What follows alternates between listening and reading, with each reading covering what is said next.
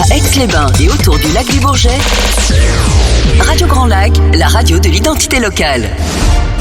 La 16/9e, l'actualité cinéma de Radio Grand Lac avec Kevin et Guillaume. Et bonsoir à toutes et à tous et bienvenue dans la 16/9e, votre émission sur l'actualité cinématographique sur Radio Grand Lac 92.fm ou radiograndlac.com. Et bonsoir à Guillaume, bonsoir à Vincent. Bonsoir à tous. Voilà, et nous sommes ravis de vous retrouver cette semaine. Au programme, comme d'habitude, nous allons parler des sorties de la semaine. Semaine très chargée et en plus de ça, vous avez le temps pour aller au cinéma en ce moment, donc c'est bien. Oui, il y a beaucoup de jours fériés là. Il y a le temps et le mauvais temps aussi qui s'y prête. Oui, c'est vrai. Nous parlerons aussi en deuxième partie des sorties de la semaine dernière. Nous parlerons de The Fall Guy, de Jusqu'au bout du monde et également, alors il n'était pas sorti la semaine dernière, mais nous parlerons aussi de N'avoue jamais. Avec Dusselier et Sabine Azema. Et pour finir l'émission, nous ferons un focus sur la saga La planète des singes, parce que si vous vivez dans une grotte, vous n'avez peut-être pas su que demain sort un nouveau Planète des singes. Je trouve qu'il n'y a pas tant de promos que ça, justement. T'es un peu dur, hein. Ah bon, tu trouves ? Ah, pas tant que ça, je trouve. Je trouve qu'il y en a partout. J'ai bien vu ça. En tout cas, au cinéma, bon, évidemment, ils font les bandes annonces, mais en ville, je trouve qu'il y a des affiches partout. Je pense pas que ça. D'ailleurs, l'affiche est pas si mal que ça. Je trouve qu'elle a un petit côté assez classe, on va dire. Elle reprend le visuel de l'affrontement. Non, comment c'est ? Suprématie ? Mais il y a quelques affiches qui sont très sympathiques, quoi, en effet, où il y a un aigle sur le bras. Je lui prédis pas un grand avenir, honnêtement. Détrompe-toi. Apparemment, ça s'annonce sous les bons auspices. Oui, critique, mais public, je ne sais pas. Du moins français, je sais pas. Et oui, et nous parlerons bien évidemment de la saga La planète des singes en fin d'émission. Et sans plus tarder, nous allons passer aux sorties de la semaine. Donc la première sortie, c'est bien évidemment ce 10e volet. Eh bien oui, puisque c'est La planète des singes, mais cette fois le nouveau territoire de West Ball avec Owen Teague, Freya Allan et Peter Macon. Et pas dire Macron. Depuis tout à l'heure, je me dis pas que je dis. Et c'est le nouveau royaume. Macon. Et je dis quoi ? Le nouveau territoire. Je dois avoir pas les ça doit être le titre québécois, ça. Oui, c'est ça, exactement. Donc, plusieurs générations après le règne de César, les singes ont définitivement pris le pouvoir. Les humains, quant à eux, ont régressé à l'état sauvage et vivent en retrait. Alors qu'un nouveau chef tyrannique construit peu à peu son empire, un jeune singe entreprend un périlleux voyage qui l'amènera à questionner tout ce qu'il sait du passé et à faire des choix qui définiront l'avenir des singes et des humains. On écoute un extrait. Les humains étaient capables de faire de grandes choses. Noah ! Ils pouvaient voler comme les aigles. Ils pouvaient se parler par-delà les océans. Mais aujourd'hui, c'est notre règne. Et c'est mon royaume. Ce sera disponible dans vos plus grandes salles, aux Toiles du Lac à Aix-les-Bains et au Pâté Chambéry. Et pour ma part, j'étais pas du tout emballé par ce projet. Mais bon, le temps ne s'y prétend guère à aller se balader. Je pense que j'irai quand même le voir, histoire de voir ce que ça donne. Ah, moi j'ai très hâte. C'est l'une de mes plus grosses attentes de l'année.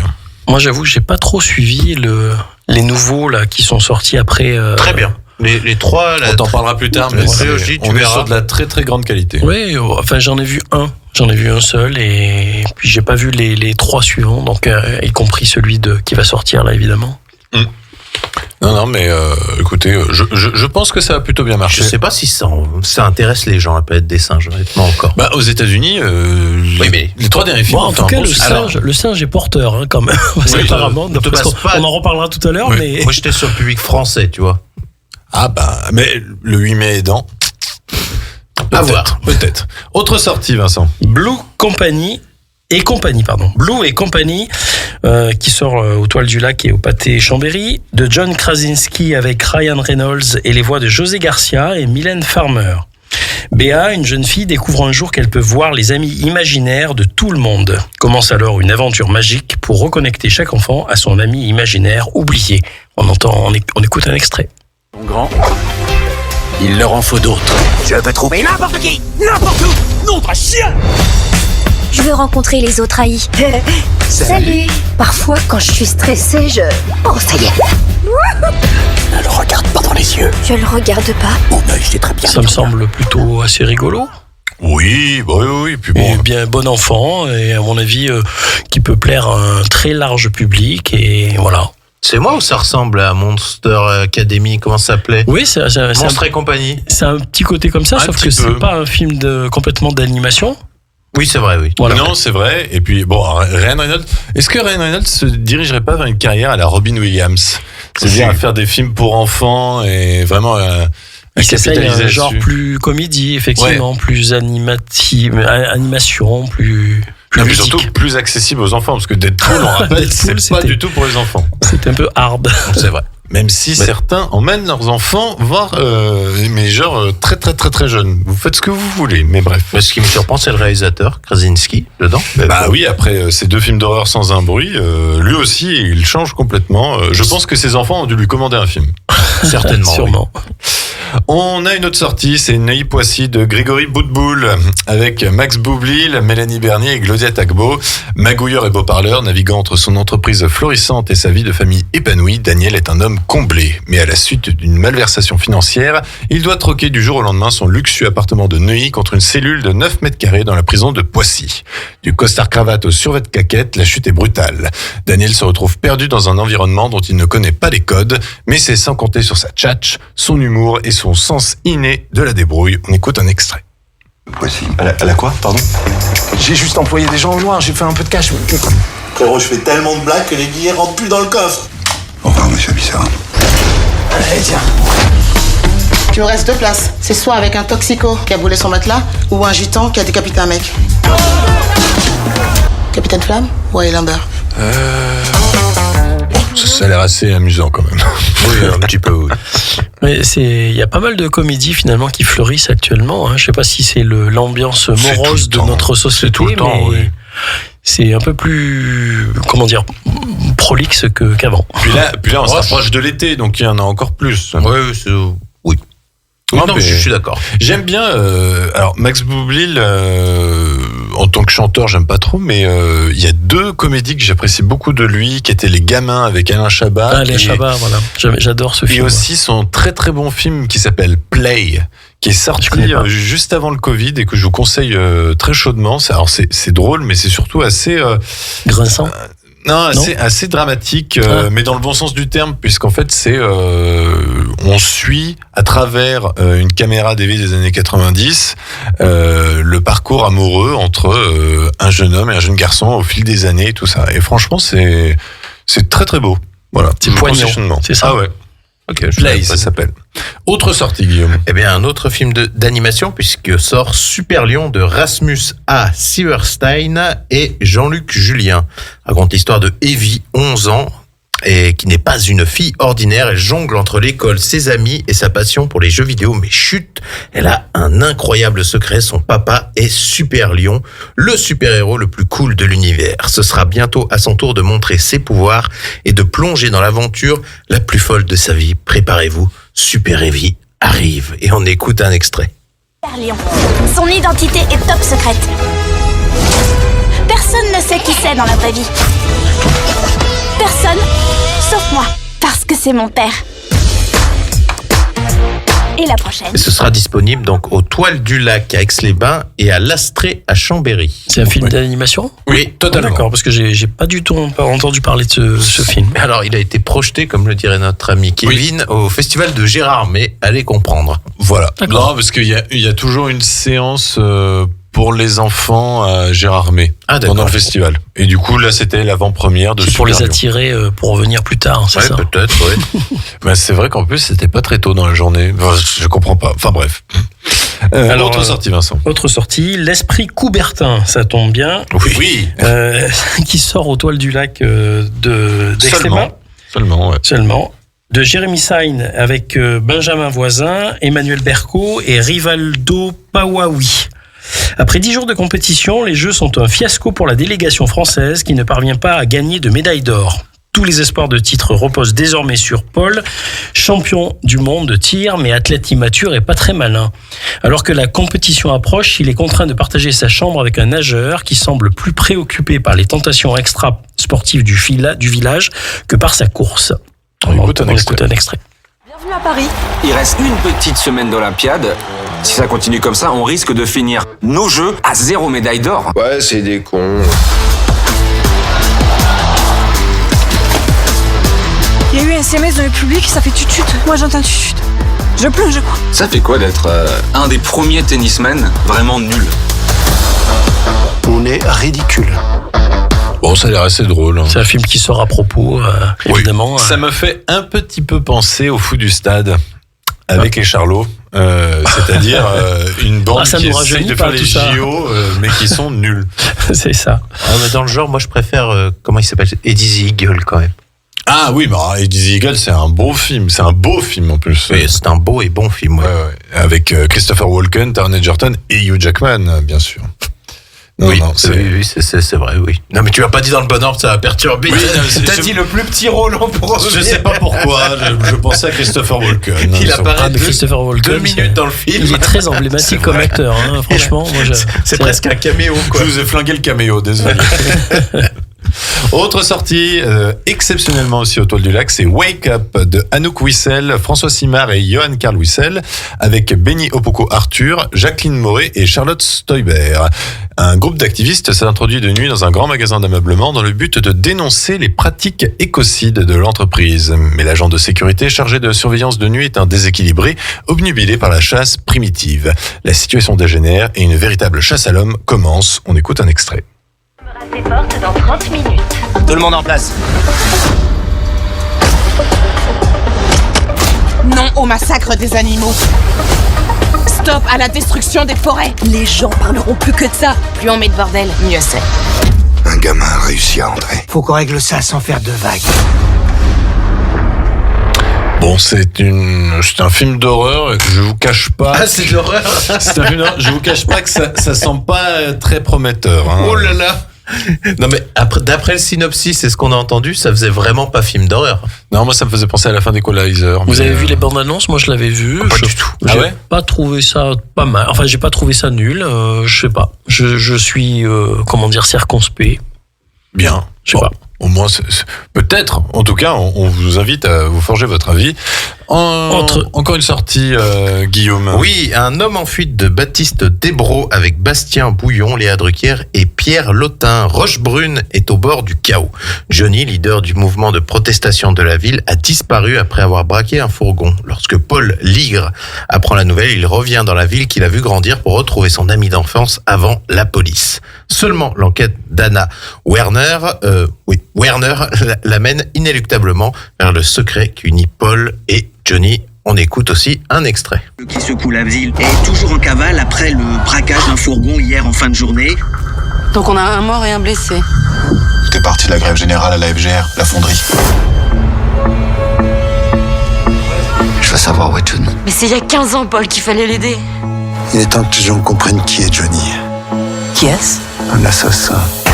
Quelle était la nature de vos liens? Léa Drucker et Bastien Bouillon, c'est quand même un bon duo, ça. Je sais pas qui est Bastien Bouillon. Bastien Bouillon, c'était l'acteur principal de l'excellent La Nuit du 12, qui était sorti il y a 2 ans. Toujours pas vu. Qui avait été tourné en Maurienne. Encore un casting que j'ai loupé, ça. Ah bah voilà. Alors, le titre est il y avait Vendredi 13 et maintenant il y a La Nuit du 12. Donc voilà. Non, en plus, c'était adapté une histoire vraie d'un fait divers dans le coin. C'est pour ça. Oui, une jeune fille qui se fait assassiner la nuit du 12. D'accord, je revois Bastien Bouillon. Est-ce que le prochain, tu veux que je t'en fasse l'économie? Non. D'accord, tu tentes? Oui. Je fais juste l'aparté, ce sera disponible au Victoria et à l'Astrée pour Un homme en fuite. Dernière sortie. Comme un lundi, distribué donc au Victoria et à l'Astrée de Chambéry, de Ryo Takebayashi avec Makita Sports et Juan Marui. Je m'en suis pas mal sorti. Hein. Bravo. Ouais. À part le réal, finalement, les noms sont faciles. Non, mais vous allez comprendre pourquoi ça me parle. Votre boss vous harcèle, vos collègues vous épuisent, vous ne voulez plus retourner au bureau, ça me rappelle quelque chose. Vous n'imaginez pas ce que traversent Yoshikawa et ses collègues. Car en plus, des galères, ils sont piégés dans une boucle temporelle qui recommence chaque lundi. Entre 2 rendez-vous clients, réussiront-ils à trouver la sortie? Ça a l'air très amusant. J'ai vu la bande-annonce, c'est un jour sans fin, mais au boulot, quoi. Ouais, ça m'a l'air pas mal aussi. Ouais, j'avais vu la bande-annonce, ça me tente assez bien de le voir. Oui, et d'ailleurs, c'était amusant parce qu'ils ont fait les avant-premières du coup ce lundi et le film sort demain.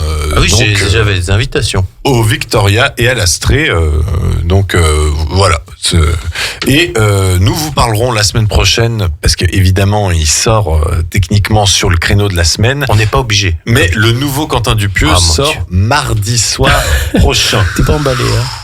Donc nous en parlerons la semaine prochaine. Emballé, hein. Ça me rend fou les films de Quentin Dupieux.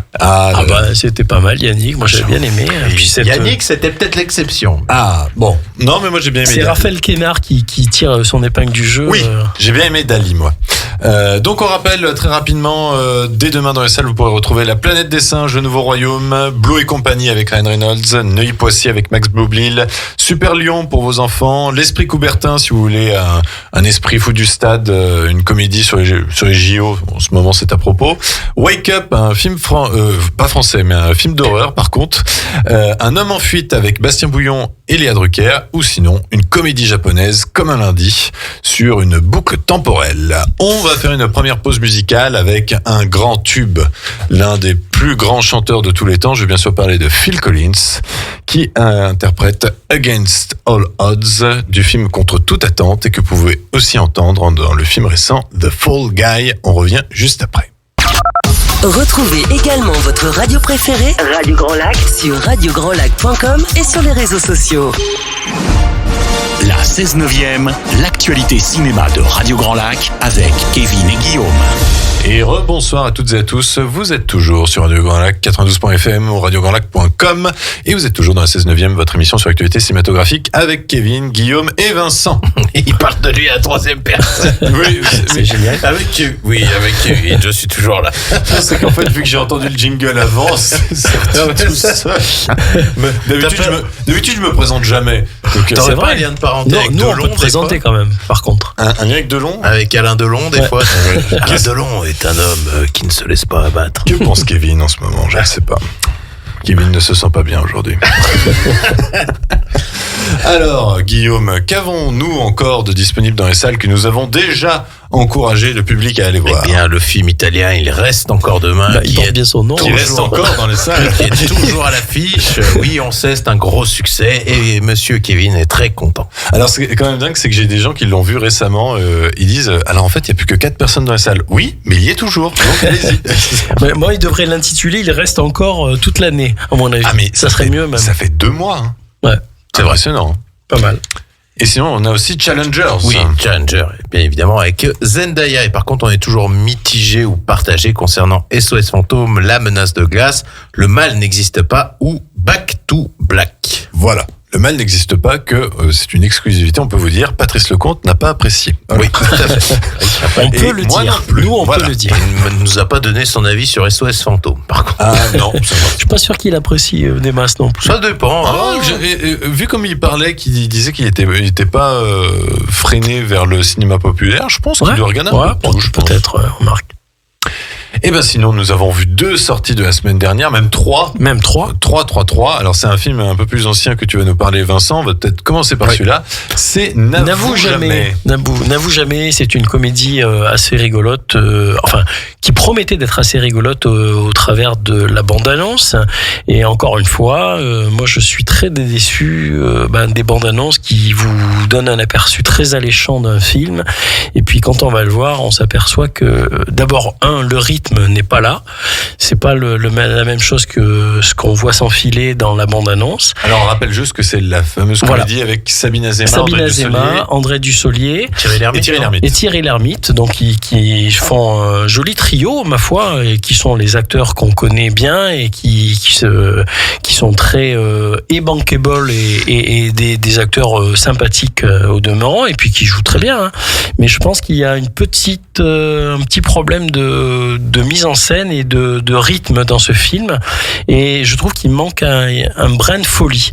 Alors pour rappeler l'histoire, c'est Dussolier et Sabine Azéma qui sont un couple traditionnel. Lui, il est militaire à la retraite et il est assez très organisé, etc. Et donc un jour, il tombe dans les combles en faisant le tri des affaires enfin plutôt du grenier, il tombe sur des courriers d'amour secrets qu'avait reçu Sabine Azema quand elle était plus jeune, et qui était déjà mariée donc à... ça c'est surtout ça le détail c'était important. surtout ça, et ça pose un problème à Dussolier qui ne l'entend pas de cette oreille et Bien qui sûr. veut absolument en découdre avec le prétendant dont il se rappelle peu et qui est évidemment Thierry Lhermitte.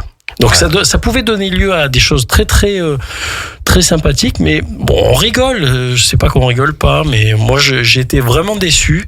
Je pense qu'il manque, encore une fois, beaucoup de rythme dans ce film et surtout un côté un peu, on s'attend un petit peu à l'enchaînement et au déroulement de l'histoire.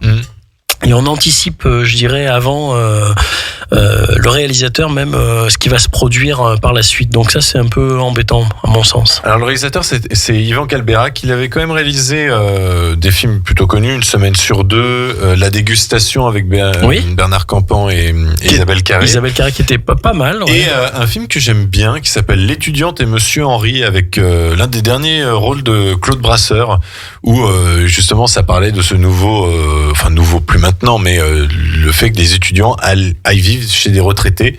Et, oui, ça c'était très très bon. C'était très drôle. Ouais, c'était très très drôle, et franchement, il manque ce petit grain de folie qu'il y avait dans ce film-là. Je sais pas, on prend de moins en moins de risques, je trouve, dans les comédies actuellement. Surtout avec un casting comme ça. Oui, c'est dommage, parce qu'il s'y prête admirablement bien. Autant Sabine Azema que Dussolier, et Thierry Lhermitte, n'en parlons même pas, parce que c'est tout à fait dans... D'ailleurs, c'est lui qui, je trouve, qui tire le plus...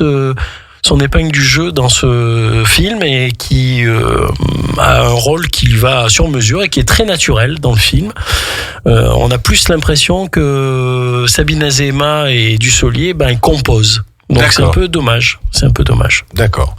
Sinon, autre sortie, je vais peut-être parler de la sortie que j'ai vue seule, qui est donc Jusqu'au bout du monde, de et avec Viggo Mortensen, mais aussi Vicky Krieps et Sully MacLeod.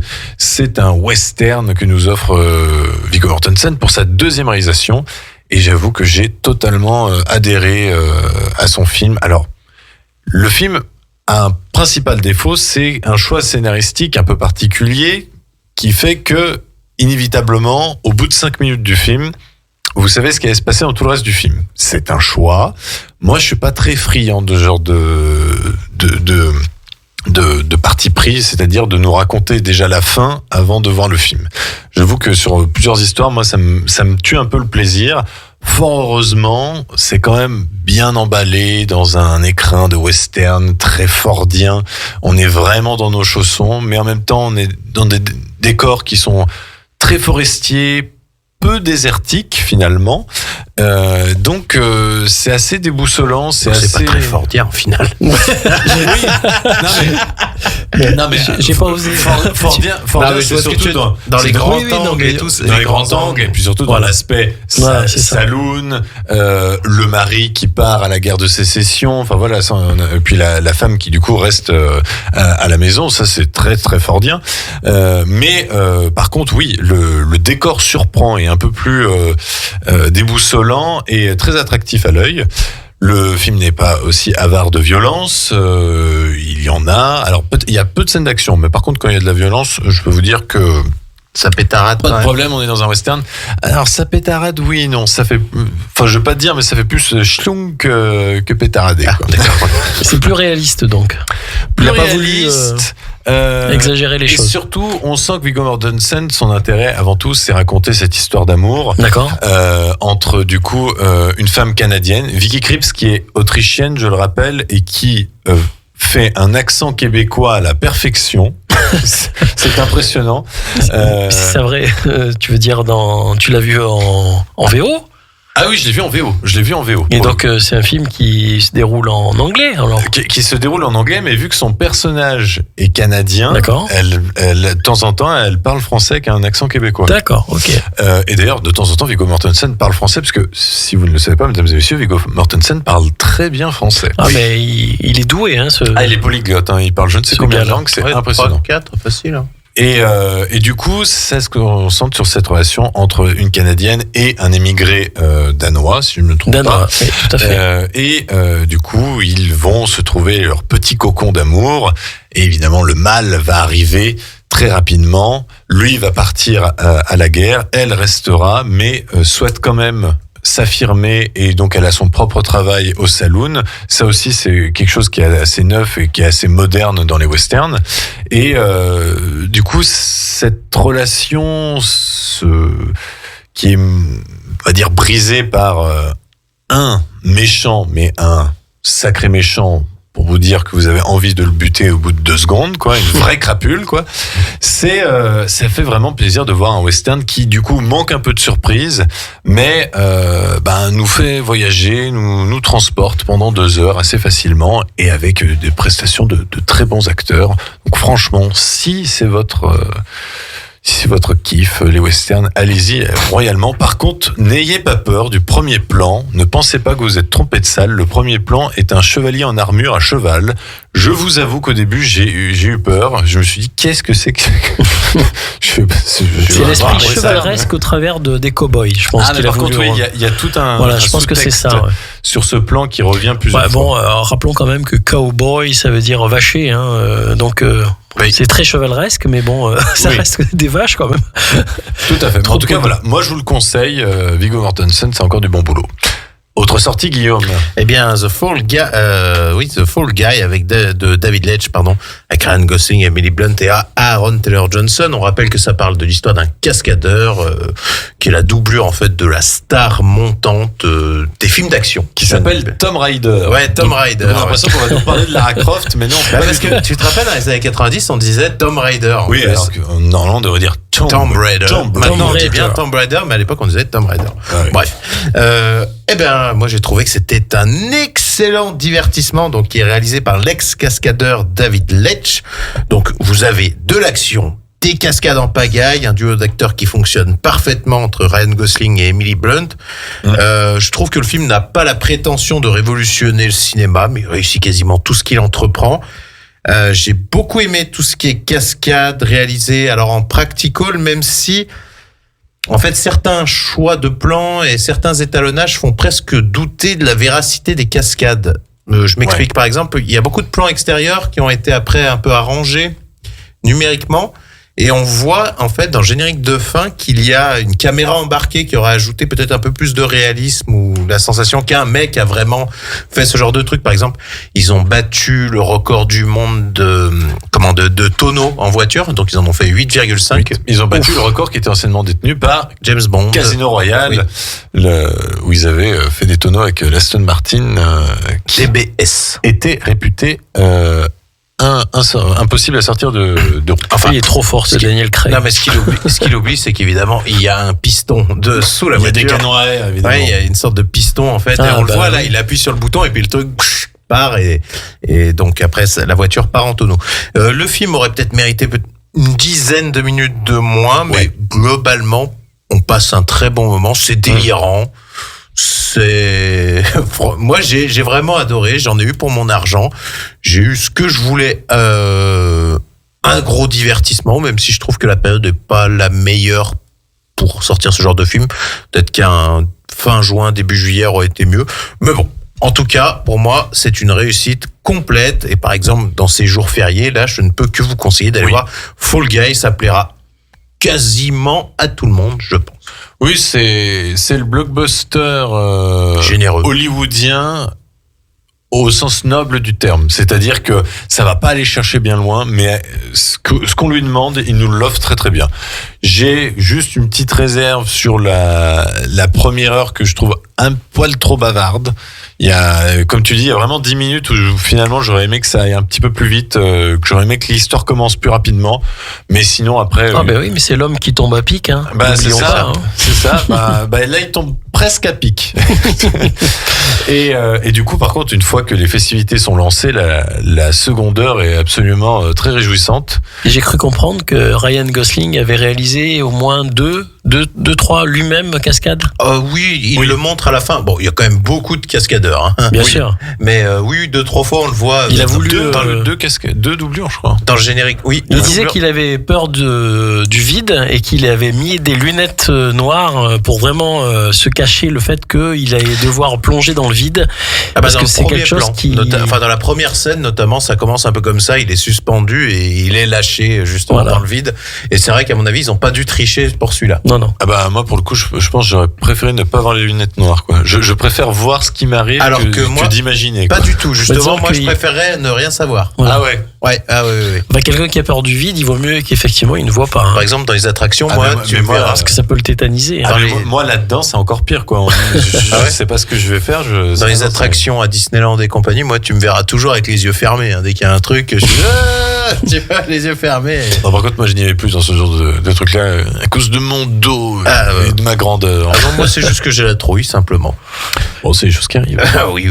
Eh bien, écoutez, au final, donc, on vous déconseille plutôt N'avoue jamais. On va dire que c'est un acte manqué. Déconseillé, je dirais, c'est pas jusque-là, mais c'est pas très très emballant. Disons, ne courez pas le rattraper en salle. Voilà, ça vaut pas le coup. Attendez-le à la télé. J'avoue. Par contre. Avouez que de temps en temps, les films sont pas très bien. N'avouez pas. Par contre, on vous invite à aller voir Fall Guy et Jusqu'au bout du monde, qui est toujours disponible dans les salles arrêt essai, donc que ce soit à Victoria ou à l'Astrie. On va faire une deuxième pause musicale avant d'attaquer le focus sur la planète des singes. Et vu que demain sort Blue et compagnie avec la voix de Mylène Farmer, qui n'est pas sa première dans le monde du doublage, eh bien, on va s'écouter L'Emprise de Mylène Farmer, qui est la musique du film Donjons et Dragons, l'honneur des voleurs. On revient juste après. Détendez-vous, vous écoutez Radio Grand Lac. La 16/9e, l'actualité cinéma de Radio Grand Lac avec Kevin et Guillaume. Et rebonsoir à toutes et à tous. Vous êtes toujours sur Radio Grand Lac 92.fm ou radiograndlac.com. Vous êtes toujours dans 16/9e, votre émission sur l'actualité cinématographique avec Guillaume et Vincent. Oui, et Kevin est toujours là aussi. Et Kevin est toujours là. Comment il va, Kevin? Il a l'air d'aller bien, Kevin. Il va bien, hein, il va bien. Bon. On finit cette émission avec un focus tout particulier sur la saga La planète des singes. Planet of the Apes, comme ils disent aux States. Mais d'ailleurs, on ne devrait pas le dire comme ça, parce qu'à la base, La planète des singes, que peu de gens savent, c'est l'adaptation d'un livre français, ma bonne dame. Et oui, c'est Pierre Boulle. Pierre Boulle, voilà. Pierre Boulle.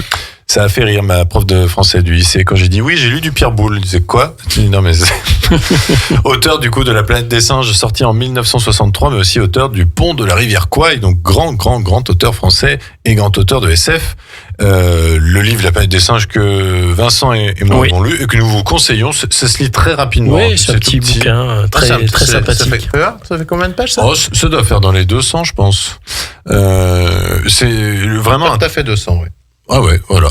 Franchement, c'est un très très très bon bouquin de science-fiction. Mais il n'a pas tellement revendiqué le succès finalement de J'ai cru comprendre. Mais non, ce qui me paraît assez étonnant. Le film, du coup, le premier film de La planète des singes sorti en 1968, finalement, les droits ont été très très très rapidement accaparés par Hollywood. Et du coup, on se retrouve en 1968 avec La planète des singes réalisé par Franklin J. Schaffner avec inévitablement l'un des plus grandes stars de l'époque, Charlton Heston, mais aussi Randy McDowell qu'on retrouve dans les 5 premiers films de la saga. Qu'est-ce que vous avez encore comme souvenir de La planète des singes de 1968? Qu'est-ce que vous gardez de ce film? J'ajoute juste qu'en fait Franklin J. Schaffner, c'est Charlton Heston qui l'a ramené, parce qu'à la base le projet était parti avec plein d'autres réalisateurs. C'est souvent les projets de La planète des singes ont du mal à se monter. Voilà. C'est vrai. Par contre, il sortait vraiment coup sur coup, parce que là on a 5 films entre 68 et 73. Il fallait presser un film par an, quoi. Le citron après. J'ai l'impression, et peut-être qu'ils l'ont un peu trop pressé. En tout cas, le premier restera dans les annales du cinéma, parce que c'est quand même un film culte de science-fiction. Et avec une grosse influence, je pense, on peut même dire. Hein. Puis oui. Puis ce final très emblématique. J'ai pas trop envie d'en parler parce que je veux laisser la surprise à ceux qui... C'est sur toutes les affiches, en fait, j'ai envie de te dire. C'est un peu ça le problème. C'est ça qui est terrible. Ce plan de finale, là, il est exceptionnel, je trouve, avec la caméra qui suit comme ça en contre-plongée. Charlton Heston à cheval sur la plage. Alors, c'est pas la plage de la planète des singes, la plage de Malibu où tu es allé. Mais non, mais Pamela Anderson courait juste à côté. En fait, elle était sur le cheval, en fait. Je vois juste la couverture du livre là que nous a amené Kevin. En fait, il y a la statue de la liberté, comme ça, comme dans le déjà, film. il t'annonce. Alors qu'il n'y a pas dans le livre. Tout à fait. C'est absolument pas du tout la même adaptation. C'est pour vendre. Eh oui. Et d'ailleurs, oui, ça, j'ai toujours trouvé aberrant les affiches de la planète des singes. Ouais. Mais quand on y repense, ce sont les affiches récentes, parce que les affiches de 1968 montraient plus les singes, où souvent c'était Charlton Heston qui était enchaîné ou attaché. Oui, avec un truc sous le cou. Souvent, voilà, c'était plus ça les affiches, et c'est vraiment venu après, dans les DVD et tout ça, qu'on avait carrément la révélation. En tout cas, ce roman de Pierre Boulle a été une source d'inspiration pour moult personnes, puisqu'il y a quand même pas moins de 10 films qui ont été faits. Le 10e sort demain. Ouais. Et séries télévisées, bandes dessinées, même jeux vidéo, a priori. Oui. Donc c'est incroyable, quoi. C'est un très grand univers. Et puis, alors, bien sûr, 1968, année charnière pour la science-fiction. Quel autre film de science-fiction est sorti en 1968 2001, l'Odyssée de l'espace. 2001, l'Odyssée de l'espace. Oui, bien sûr. Et avec d'ailleurs, entre parenthèses, des singes.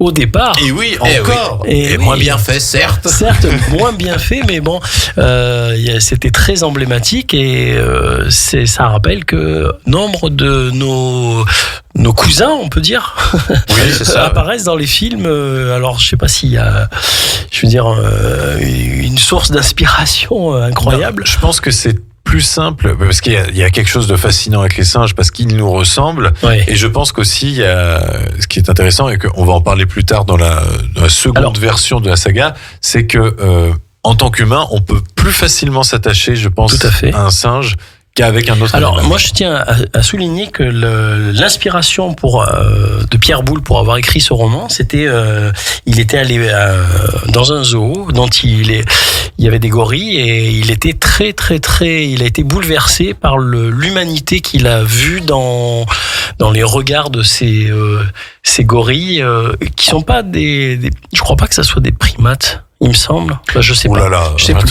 Parce que en fait. Donc à ce titre, Brigitte Bardot, allô, bonjour. Si vous voulez comprendre ce qu'a pu ressentir Pierre Boulle, je vous engage vivement à aller au zoo de Saint-Martin-la-Plaine dans le 42, où il y a des gorilles et c'est bluffant. C'est bluffant, c'est bouleversant. Je peux vous dire, moi j'y suis allé à 2 reprises déjà et je vous engage vivement à y emmener vos enfants. Moi, je pense surtout qu'il avait très vite compris, notamment par rapport à ces thématiques, tout ce qui est le racisme, l'acceptation, tout ça. Il avait très vite compris que l'humanité allait un peu devenir, dans le sens où, au début, les singes, on avance un petit peu sur l'histoire, mais les singes servent les humains. Dans la plupart des histoires, en plus, les humains modifient les singes pour qu'ils puissent les servir et tout ça. Et au final, l'humain devient de plus en plus... je fais des raccourcis, mais l'humain devient de plus en plus feignant et se repose sur ses acquis et ce qui le sert, pour au final, lui, régresser pendant que le singe évolue, pour au final se retrouver l'espèce inférieure et se faire dominer par les singes. Non, mais c'est une réflexion sur l'humanité. Si on fait un petit rapprochement avec Internet, récemment l'intelligence artificielle et tout ça, vous ne croyez-vous pas qu'on est après? Et puis on le dit visiblement, le niveau régresse, tout ça. Est-ce qu'on n'est pas après assister un peu à la déchéance de l'humanité d'une certaine manière? Et là, c'était écrit en 1963. Mais c'est ça qui est encore plus. Et on était loin d'imaginer Internet ou ce genre de choses, tu vois ce que je veux dire? Oui. C'est ça qui est bien. Mais d'ailleurs, les thématiques du racisme, on comprend tout à fait pourquoi Hollywood s'en est emparé en 1963, parce que là, on était en pleine période où c'était les droits civiques. Les droits civiques. Et donc, je pense aussi que c'est pour ça que le premier film a été un grand succès. Très rapidement, du coup, l'année d'après, une suite est sortie, Le Secret de la planète des singes, réalisé par Todd Post, avec toujours Charlton Heston, mais avec un rôle très réduit, parce que, on va pas se mentir, il l'a fait à contre-cœur. Du coup, il apparaît dans, 10 minutes sur 1h30. Un quart d'heure, oui. Globalement, vous reprenez le précédent et vous mettez pendant les 3/4 du film, vous refaites le premier, sauf à la fin où il y a un peu de Charlton Heston et quelques trucs. J'en ai que très peu de souvenirs parce que c'est ça moyen. m'a pas, C'est ça vraiment m'a pas moyen. laissé Très moyen. un grand- Reste quand même un choix assez dingue en termes de fin. C'est-à-dire que la fin est particulièrement pessimiste. Oui, puisque et sombre. Je me souviens. Voilà, ça, pour pas trop en dire, mais pour rappeler à ceux qui auraient vu le film, ça se finit sur une main qui appuie sur un bouton. Oui, c'est Voilà. ça, un bouton rouge. Voilà, donc on peut pas faire plus pire en termes de. C'est ce qui sauve le film d'ailleurs. C'est ce qui sauve le film, c'est ce culot, c'est le culot de la fin. Le secret de la planète des singes qui coûtera un petit peu moins cher et rapportera un petit peu moins. Vous verrez que ça reviendra assez régulièrement dans cette première version de la saga. Parce qu'ils donc, étaient rodés au fur et à mesure, ils avaient tous les costumes, tous les machins, tous les trucs. Et d'ailleurs, le problème, ce sont les costumes. C'est que vu que dans les 5 premiers films, les costumes étaient les mêmes, et par moment, dans le dernier, vous voyez pas mal de prothèses qui restent la bouche ouverte ou ce genre de choses parce que elles ont 5 ans, quoi, les prothèses. C'est pas au vieux singe qu'on apprend à faire la grimace. C'est un peu ça, oui. Sort après, en 1971, Les Évadés de la planète des singes, qui là, du coup, repart dans le passé. Cette fois-ci, les singes, les rescapés, on peut dire, de la planète des singes, qui sont donc Cornelius et Zira. Et comment tu dis Zira, Zira, tout à fait, qui sont les scientifiques, réussissent à remonter dans le temps et arriver dans les années 1970. Et bien évidemment, elle sera enceinte et du coup du petit César. Les Évadés de la planète des singes, qui est un peu particulier parce que du coup, là, on comprend qu'il a pas vraiment coûté cher parce que les décors, c'était les décors contemporains. Il y a juste 2 personnages avec des prothèses. Restriction de budget complète là, ouais. Ah, totalement. Pour le coup, je trouve qu'il a vraiment un intérêt comparé il est pas mal. Au Secret de la planète des singes. J'ai cru comprendre qu'il était mieux et moi je me souviens pas l'avoir vu. Les singes en fait vont parler à l'ONU ou un truc comme ça. C'est ça. Ou au Sénat, enfin quelque chose comme ça, oui. Il y a quelque chose de vraiment intéressant parce que là pour le coup on a vraiment 2 espèces évoluées. C'est-à-dire qu'il n'y en a pas une qui est au-dessus de l'autre et du coup il y a un dialogue qui se fait qui est très intéressant.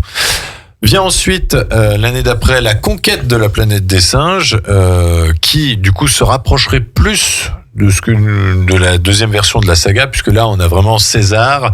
Les singes sont vraiment très très présents dans la société. On est toujours dans les années 70 et les singes sont devenus des animaux domestiques mais sont doués de parole et du coup les singes vont prendre le pouvoir, vont renverser le pouvoir des humains et du coup ce qui va mener également à la bataille de la planète des singes, qui est donc le dernier film de cette première saga, qui sortira en 1973 et qui marchera beaucoup moins bien. Alors, moi j'ai un peu l'impression qu'on pourrait mettre n'importe quel titre avec la planète des singes derrière et que ça marcherait. Oui. Le maléfice de la planète des singes. Ah mais oui. Le mystère de la planète des singes, etc. Surtout qu'en plus j'ai l'impression que la fin elle dénature la fin du premier, enfin la conquête et tout ça, parce qu'au final on a plus l'impression à la fin du premier que tout a explosé, tout ça. Les origines, en tout cas, ça débute à partir de la conquête, justement, je crois. C'est ça. En fait, on prend plus sur la conquête et en fait, finalement, la première saga, c'est une boucle temporelle finalement, où on finit donc la bataille de la planète des singes. Je crois que le personnage de César est déjà mort et en fait on finit. Je crois qu'il meurt au cours du film. 500 ans avant que le personnage de Charlton Heston arrive. Je voulais juste rappeler que dans les premiers, dans ces 5 premiers films qui ont été faits, il y avait donc 3 espèces de singes entre guillemets, les gorilles qui jouaient le rôle de policiers ou de militaires, les chimpanzés qui étaient des scientifiques et puis les orang-outans qui étaient politiciens. Oui, tout à fait. Voilà. Et en fait, dans les origines et puis le préquel, on peut dire. Oui, c'est le préquel. Il y a aussi des bonobos, apparemment. Donc, il y a une 4e espèce qui a été rajoutée. Et ils ne les aiment pas. Et que font les bonobos? Ils se reproduisent. Oui, c'est ça. Parce que c'est dans la version de Burton que j'ai revue hier soir. Il dit. Nous pouvons en parler puisque c'est le film qui vient d'après. Qui est sorti en 2001, justement. Et à un moment, pour reprendre ce que dit Vincent, ils disent les macaques. Ils sont le plus bas. Au plus bas de la chaîne d'évolution, juste au-dessus de l'humain, tu vois. Alors, Honnêtement, j'en gardais un meilleur souvenir que ce que j'ai vu hier. Et moi, j'ai toujours détesté. Alors moi, j'avais bien aimé quand j'étais petit. C'est le premier que j'ai vu d'ailleurs. J'avais trouvé ça. Moi aussi. Celui de Tim Burton? Oui, j'avais trouvé ça sympathique. Alors, il y a des très bonnes idées, je trouve, notamment au niveau du scénario, du fait que le héros va dans le futur, mais que ceux qui viennent le sauver arrivent avant lui, ce qui provoque la création des singes. Ça, je trouve que c'est toujours aussi bon. Les costumes sont vraiment très bien, justement. Là, on n'avait pas encore recours à tout ce qui est... Ah oui, mais il y a un manque de budget apparemment. Et je suis pas sûr qu'il y ait un manque de budget. De l'avis de beaucoup de gens qui étaient très férus de Tim Burton, ils ne reconnaissent pas ce film comme étant fait par Tim Burton, et apparemment même Tim Burton le rejette. C'est plus un problème de production. Ouais, il y a une production qui a été rushée. Un budget qui était un peu raccourci. Il a été obligé de faire des coupes sur beaucoup de choses, d'après ce que j'ai cru comprendre. Et moi, je me souviens de ce film. Effectivement, c'était plus pour moi un rappel du premier que j'avais évidemment adoré. Et bon, c'était pas aussi bien, quoi, j'avoue. Et toi, par contre, ce que tu avais quand même retenu, c'était Mark Wahlberg qui était pas bon. Ah, Mark Wahlberg est pas très... Non, il est pas bon. Oui, non. oui. Faut dire ce qu'il il a toujours la même gueule du début à la fin. Cet acteur. Oui. Non, là, il est pas bon. Mais il est pas du tout expressif. Il s'est amélioré avec le temps, je trouve, quand même. C'est vrai, c'est vrai. Alors que là, oui, il a ce côté un peu candide, qui essaie de se la jouer petit soldat qui fonctionne pas vraiment. Enfin, en tout cas, sur la planète des singes, j'aurais pu faire un peu plus de grimaces. Un petit peu, oui. Mais après, sinon, j'ai trouvé que les costumes ils fonctionnaient encore bien. Il y a des acteurs qui s'en sortent bien. Tim Roth, tu vois, par exemple. Oui, c'est vrai. Par contre, l'affiche est très belle, je trouve. L'affiche du film est pas mal. J'aime bien. En bleuté, là. Avec l'évolution, voilà, en fait. Je me demande s'ils n'ont pas fait un documentaire, justement, sur la production catastrophique. À mon avis, il doit y avoir un making-of qui doit être intéressant. Oui, parce que vraiment, Burton s'est un peu pris les pieds dans le tapis, en fait. Et ça a été d'ailleurs problématique pour lui par la suite, d'ailleurs. Il a rencontré sa femme. Donc, il y a eu quand même des bonnes choses. Oui, il plus sa femme. C'est toujours comme ça quand on rencontre sa femme. Ce qui est d'ailleurs un peu particulier, puisque dans La Planète des Singes, en un plan, vous pouvez donc voir la nouvelle compagne à l'époque de Tim Burton, mais aussi son ancienne, qui sont côte à côte, et tu te dis...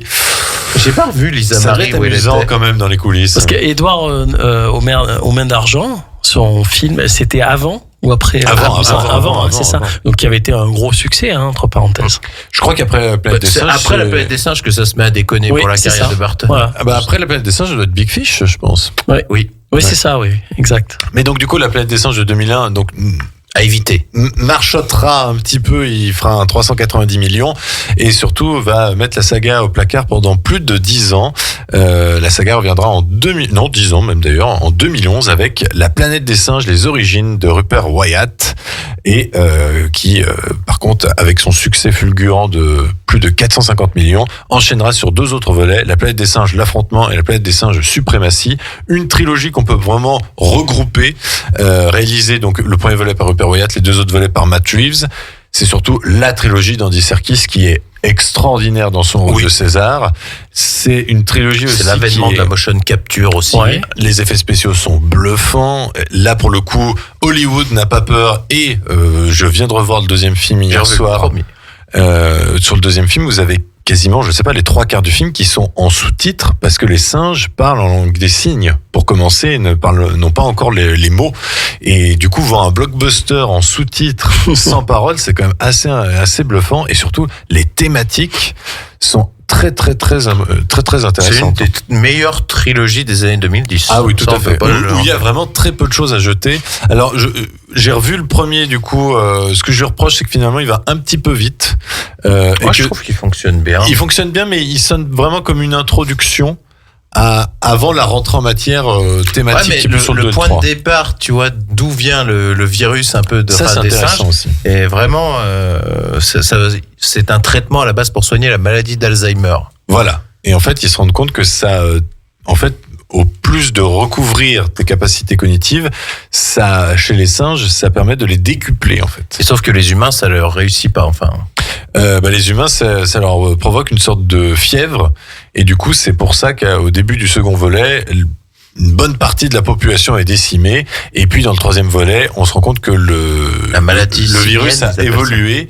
Et qu'en plus de ça, ça rend les humains muets et abrutis. Abrutis, oui.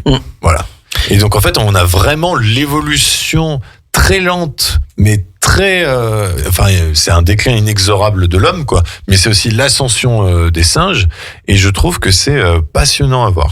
Il y a rien qui fait rajouter en fait dans cette trilogie. T'as vraiment l'impression de voir, même si je pense que tout n'a pas été écrit à la suite. Bien sûr.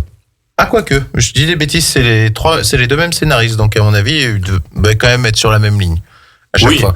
Donc, mais vraiment, on n'a pas l'impression de l'épisode de trop, quoi. C'est vraiment la suite de la suite. Vraiment une continuité, une continuité parfaite. Cohérente. C'est ça. Et puis surtout, on voit un blockbuster, mais qualité quintuple A, quoi. C'est-à-dire que c'est beau, mais en même temps, ça va pas tomber dans les travers de l'action à outrance. En termes d'appréciation, en plus, je trouve que les films s'améliorent. Enfin, les films sont de mieux en mieux. J'ai l'impression que les effets spéciaux pour le réalisme, en tout cas, des personnages, des singes, etc., est de mieux en mieux. Parenthèse. Hein. Ils ont été malins. Ils sont allés s'adresser chez James Cameron. Chez Weta Digital. Donc c'est pas James Cameron. En plus, j'ai des bêtises.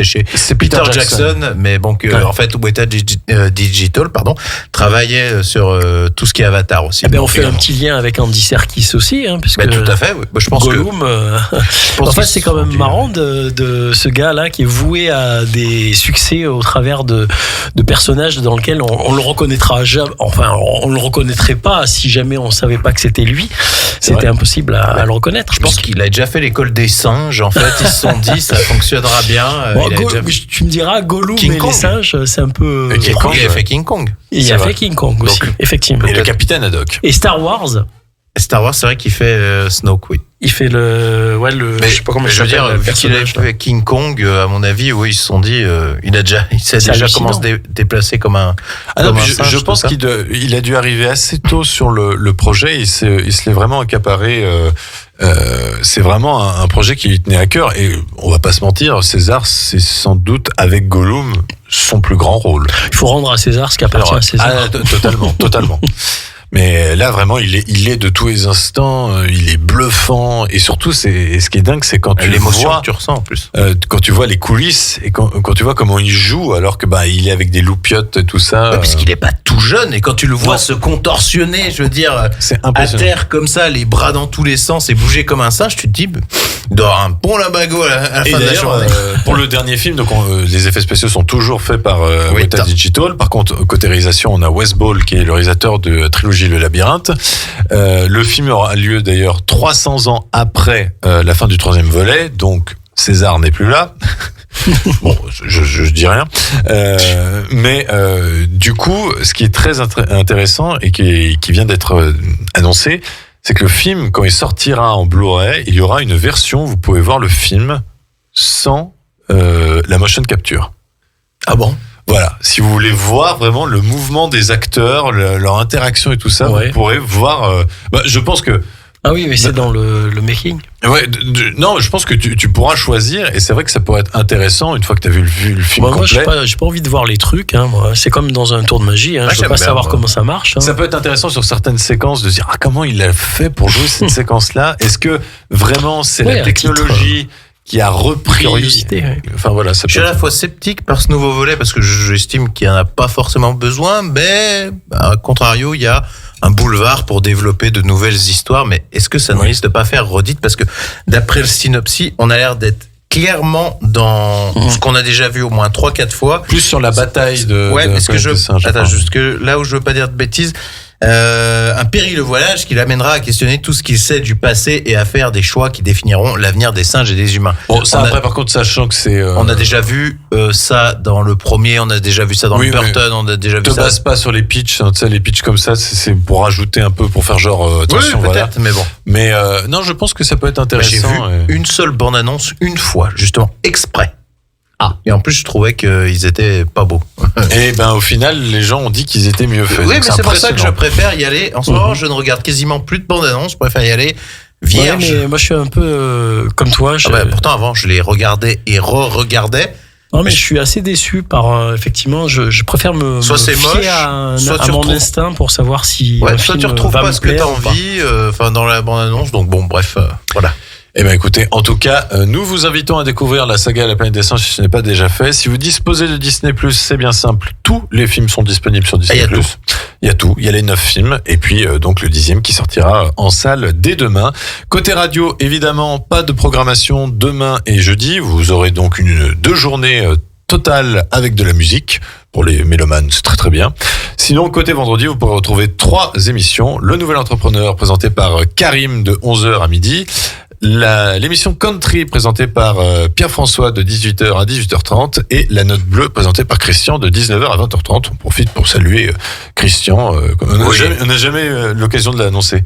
Est-ce qu'on a encore 2 minutes ? Dis-moi. Alors juste rapidement pour dire que les singes apparaissent vraiment dans tous les films, parce que même dans Le Père Noël est une ordure, si vous vous souvenez bien, quand Gérard Jugnot balance les restes du gars qu'il a découpé, oui, c'est vrai, il les envoie dans le zoo aux singes, et puis comme ça se passe pas très bien, il dit je vais revenir, j'en ferai des pots de je sais pas quoi, et il y a Marianne Chazelle qui dit et des chaussons pour la petite, des chaussons en peau de singe, il paraît que c'est hyper chaud. Je sais pas si vous vous rappelez cette. Si, je me rappelle bien quand ils sont au c'est excellent. Là. Eh ben écoutez, voilà. C'est sur cette anecdote qui nous permettra de recroiser peut-être Jean-Marie Poiré plus tard. Tu es en train de lire le bouquin. Je suis en train de lire sa biographie là. On espère fortement. En tout cas, on termine cette émission. La semaine prochaine, émission classique mais avec un focus assez spécial puisque nous parlerons du Festival de Cannes. On sera vraiment dans l'actualité. Et pour se quitter, et vu que Ryan Reynolds nous sort un nouveau film demain, je vous propose de réécouter Céline Dion, Ashes, du film Deadpool 2. Passez une bonne semaine, passez un bon week-end et surtout allez au cinéma. Bonne soirée. Bonne soirée.